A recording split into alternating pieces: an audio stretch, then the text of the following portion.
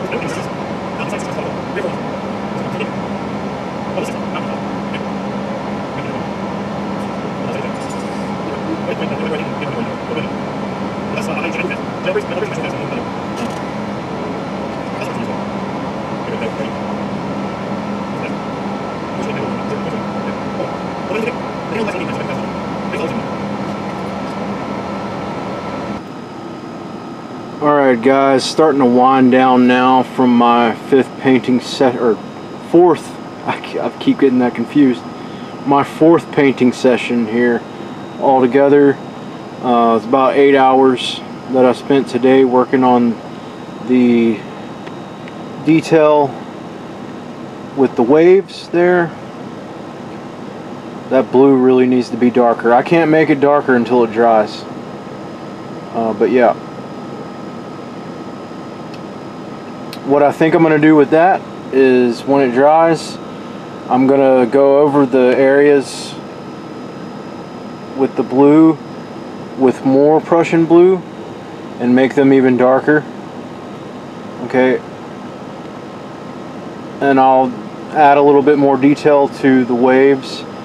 One thing I'll say about the waves is that I kind of wish I had done them differently, because the way that they're formed, they don't look very realistic to me, and that kind of bothers me a little bit. But it's too late to do anything about that now. Like I said, I have to get this painting done by next Sunday. It's hard to see it. It's hard to see the color from this video. This camera and this lighting, again, it doesn't do a lot of justice for what it actually looks like. So I apologize that, you know, I cut things short with the filming in the middle of painting the sky. So I'll just kind of go over quickly what I did do, the parts that weren't filmed. So you guys saw me start all this right here, and I had initially started painting the clouds with strokes, and I actually got pretty far with that. But the more I looked at it, the more I didn't like that look, and I had picked a little spot right here to do some blotting strokes. Instead of sweeping strokes, I used like a blotting paintbrush and tried it that way. Well, it turns out that I actually like it a lot more like that. And so I decided to go over everything that I had put in all that time, all those strokes. I decided to blot over all of it. And then I moved to this side. And this side right here is very different. This is actually a gray color. I'll put the name of the color gray on there on the screen. But basically I went over everything. I just filled it in completely with gray. And again, I apologize that I didn't film any of this. And then I took the alizarin crimson, and actually I switched back over to mixing white and kind of did some more strokes, some sweeping strokes. Instead of blotting, I did sweeping again. But it actually it turns out that it actually looks okay with the sweeping strokes. I kind of like the way that looks. Now, my concept with the sky and the multi-colored clouds and everything else, it might not be very realistic as far as the way it looks, but it kind of looks extreme, and it kind of looks chaotic. It looks like, you know, if you saw a sky that looked like that, it'd actually be kind of intimidating to look at, especially if you're standing on a cliffside like Tiberius here is. It would be pretty intense and pretty intimidating. Well, remember, you guys, the original drawing here,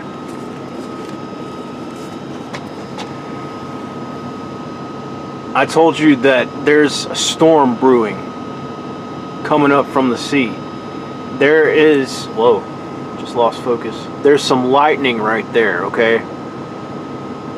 This terrible storm is just another day at work for Tiberius here, though, because he's a lighthouse keeper. Okay, so the different colors. What I was thinking, because I know a lot of people might be thinking, what in the world were you thinking when you mixed like a royal purple with a alizarin crimson? Like, what the heck? That's kind of weird. Especially the way it's all swirled together and everything. Well, what I was thinking is that an actual thunderstorm itself is made from hot and cold air crashing together in the sky, okay? And so in my head, I was thinking, okay, warm and cool colors. So you got this violet color here, this purple color. I can't remember what it's called. Hang on. It's called dioxazine purple. That's a cool color. That's considered cool. Okay. The alizarin crimson is considered warm. I'm pretty sure, fairly certain. These two mixtures of purple and crimson, they're very similar to each other, but I would say that when you're mixing color, the crimson is gonna, basically both of them are gonna have a blue and a red, right? but it varies, because with the crimson you're going to have far more red than blue, and with the dioxazine purple or any purple you're going to have more blue than red. So the purple is a cool color and the crimson is a warm color. That's the way I see that, and that's why I made those clouds, the combination of the clouds, those two different colors. It just makes sense in my head. It might not be very realistic, but you know, I think it looks cool. I like the way it looks. Now, I just filmed myself doing these light rays coming out of the lighthouse. I was a little bit clueless as far as how to do that and how to make it look realistic. So I just, you know, at this point I just decided to go back over it kind of the way I initially did. And I might actually add some yellow, some kind of yellow to that. As soon as I figure out what I'm going to do up here for the light itself, I might actually cast some of that color. I know I'm going to use some kind of yellow and orange combination, but I'm probably going to cast it out into the rays. Now, I did the same blotting thing here because I figured, well, it's cloudy, it's going to be foggy, so the light is going to be kind of protruding through the fog, and it's going to cause a lot of the cloud cover within the light to show up and kind of stand out. And that was my realistic approach to doing that, even though it right now at the moment it doesn't look very realistic at all. But I'll continue to work on it. And yeah, that's really all I wanted to say. Again, thank you guys so much for watching. I appreciate your interest and your view, and if you enjoy these painting vlogs, then please like the video. Please subscribe to my channel. As I've mentioned before, I want to get to 1,000 subscribers so that I can start to live stream my paintings when I'm out here in the truck or even when I'm at home. I really want to try to do that, and I'm excited to get there, and I'm excited to continue to share my art with all of you, those of you that actually enjoy it. And so take care. I'll see you in the next one. Jared signing out with One of the Nation's Rage.